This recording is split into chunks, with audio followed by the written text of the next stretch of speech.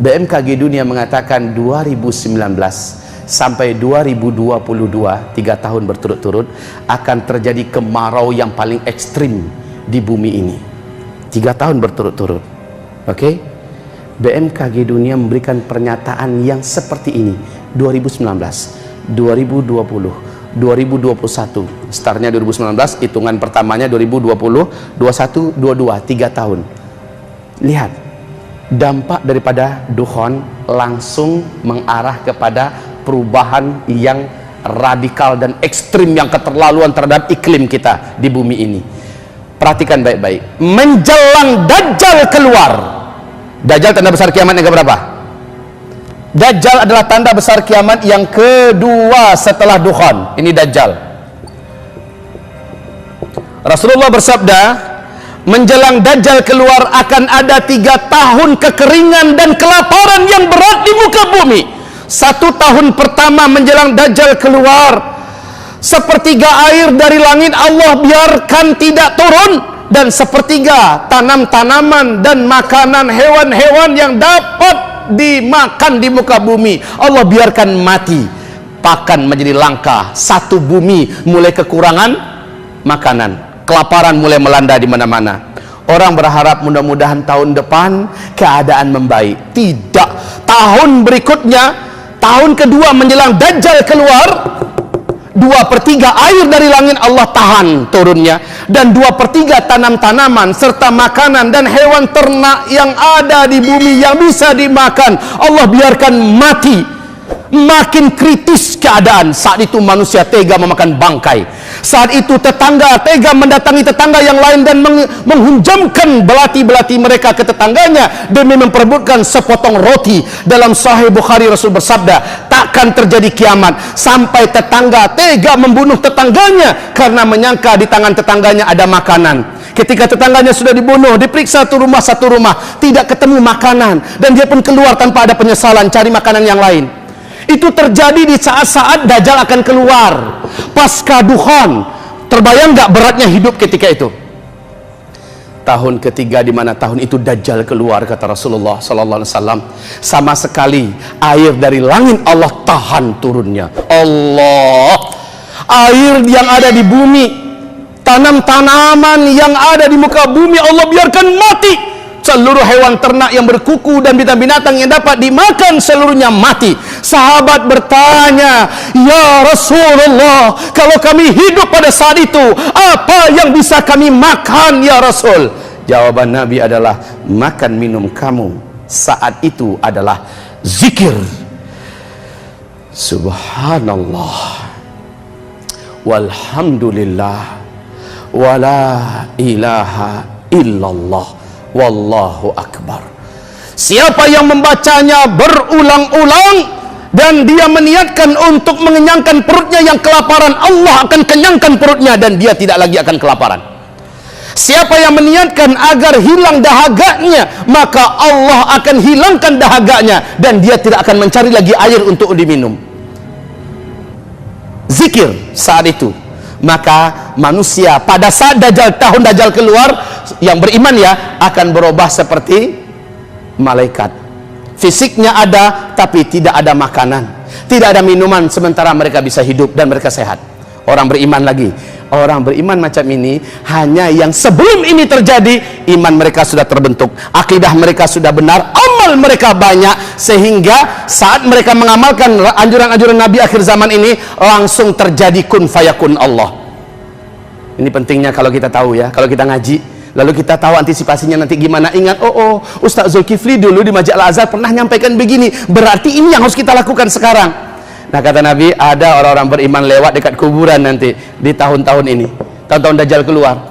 Apa kata orang beriman ini? Kalaulah saya yang menjadi penghuni bawah tanah itu, alangkah indahnya hidup ini, alangkah ringannya hidup ini. Saking beratnya Pak, beban hidup yang harus dipikul hidup di atas. Orang-orang beriman yang tapi imannya menyimpang, amalnya banyak salah, dosanya menumpuk, dia banyak mengakhiri hidupnya dengan cara bunuh diri. Sebagian besar manusia menanti-nanti kedatangan Dajjal. Karena mereka sudah dengar kabar di mana Dajjal masuk, di kota mana Dajjal nyampe, penduduk di sana langsung hidup kembali, langsung makmur kembali. Apalagi Dajjal membawa gunungan roti dan makanan di tengah-tengah manusia kelaparan. Dajjal betul-betul menjadi idola. Dajjal diimpi-impikan kedatangannya dan sangat dinanti-nantikan. Dan Nabi mengharamkan umatnya ketika Dajjal keluar, kamu jangan pernah ingin berjumpa dengannya. Karena siapapun yang berjumpa dengan Dajjal, dia pasti akan kafir kepada Allah dan dia akan sujud menyembah Dajjal. Walaupun Dajjal sudah hilang dari kotanya, dia akan tetap kafir kepada Allah sampai dia menghembuskan nafas terakhirnya. Innalillah. Yang paling banyak menyembah Dajjal nanti ketika Dajjal datang ke kota-kota kamu di seluruh dunia ini. Dari umatku yang paling banyak mengikuti Dajjal, sujud menyembah Dajjal adalah kaum wanita, kata Nabi. Kaum wanita. Maka Nabi mengajarkan 6 cara agar selamat dari Dajjal. Nabi ajarkan 6 cara agar selamat dari Dajjal. Pertama, kata Nabi, kalau kamu dengar Dajjal sudah keluar, maka segeralah kamu lari ke Mekah dan ke Madinah. Hanya 2 kota ini di bumi yang Dajjal tidak mampu masuk, baik fisiknya Dajjal atau bala tentaranya Dajjal atau kekuatan magic dan sihir Dajjal tidak akan mampu menembus Mekah dan Madinah. 2 kota ini saja. Yang kedua, Nabi mengatakan, kuatkan dan luruskan akidah kamu, tauhid kamu, dan wajib membaca doa sebelum Assalamualaikum dengan doa perlindungan dari Dajjal dalam salat. Allahumma inni a'udzubika min adzabil qabr wa min adzabin nar wa min fitnatil mahya wal mamat wa min fitnatil masihid dajjal. Mintakan kepada Allah doa seperti itu. Imam Taus bahkan melarang anaknya, nak, kamu jangan sampai nggak baca doa. Ketahuan oleh Imam Taus, ternyata anaknya ini nggak baca, kedengaran oleh beliau nggak baca, lalu beliau ulangi salatmu, nak, baca itu doa perlindungan dari Dajjal. Yang ketiga, Rasul perintahkan kita untuk segera menghafal surat Al-Kahfi. Dan standar hafalnya selancar kita membaca Al-Fatihah, Pak. Baru bangun tidur suruh baca, langsung kita lancar membaca. Sebegitu lancarnya dari sekarang. Kenapa? Yang hafal surah Al-Kahfi 10 ayat pertama atau 10 ayat terakhir, saat Dajjal datang masuk ke kotanya, maka dia masuk ke rumahnya, dia baca itu surat, Dajjal tidak akan mampu menemukan rumahnya dan sihirnya tidak akan mampu menembus rumahnya. Nabi mengatakan, kalau Dajjal sampai ke kota kamu, yang keempat perintah Nabi, bawa istri-istri kamu masuk ke dalam rumah, bawa anak-anak gadis kamu masuk ke dalam rumah, bawa emak dan ibu kamu masuk ke dalam rumah, ikat kaki mereka, ikat tangan mereka, dan tambatkan tali itu di tiang rumah kamu, tutup pintu rumah kamu rapat-rapat dan jendela-jendelanya tutup semua, baca surat Al-Kahfi. Ini perintah Rasulullah Sallallahu Alaihi Wasallam. Nabi haramkan umatnya jangan pernah keluar, sebab kata Rasulullah, akan ada seorang lelaki nanti dari umatku yang sangat yakin bahwa dia tidak akan terpengaruh oleh Dajjal, imannya tidak akan berubah ketika jumpa dengan Dajjal. Lalu dia keluar dari rumahnya, saat dia berjumpa dengan Dajjal, saat itu langsung menguap iman dari dadanya dan dia sujud menyembah Dajjal, dia kafir kepada Allah. Ketika Dajjal sudah engkang dari kotanya, dari negerinya, dia tetap kafir sampai dia meninggal dunia.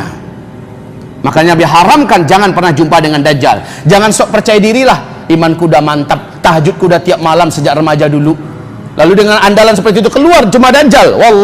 Wallahi tidak ada satupun manusia yang dibenarkan berjumpa dengan Dajjal oleh Nabi Sallallahu Alaihi Wasallam. Ustaz Zulkifli sekarang ini berbicara, yang kelihatannya kokoh imannya, yang kelihatannya kayaknya gitu ya, ini udah nggak tergoyahkan, ketemu Dajjal, saya pastikan Zulkifli Muhammad Ali pasti akan menjadi penyembah Dajjal. Saking dahsyatnya sihir Dajjal itu, hipnotis magic yang dimiliki oleh Dajjal. Dan Dajjal ini, Pak, ketika dia muncul, seluruh dukun-dukun di muka bumi ini akan sujud menuhankan Dajjal. Seluruh ahli-ahli sihir, seluruh orang-orang hebat, orang-orang yang terkenal, tokoh-tokoh, pemimpin-pemimpin dunia akan sujud menyembah Dajjal. Calon pengikut-pengikut Dajjal menjelang Dajjal keluar ada 9 ini, tolong nanti dibaca di kitab Ensiklopedia Akhir Zaman, di mana digambarkan dalam Al-Quran, dalam hadis, calon-calon pengikut Dajjal menjelang Dajjal keluar. Salah satunya telah Allah nampakkan sekarang bermunculan di mana-mana kelompok LGBT, betul tidak? inilah salah satu komunitas yang nanti akan menjadi pengikut Dajjal. Coba lihat bagaimana kelompok ini menguat di beberapa negara. Sudah mulai menembus beberapa negara dan diundang-undangkan, dilindungi. Pertanda memang persiapan Dajjal menuju keluarnya ada. Para pengikutnya sudah Allah tunjukkan sekarang. Oke, hamba-hamba Allah yang kami muliakan. Siapa sih Dajjal itu?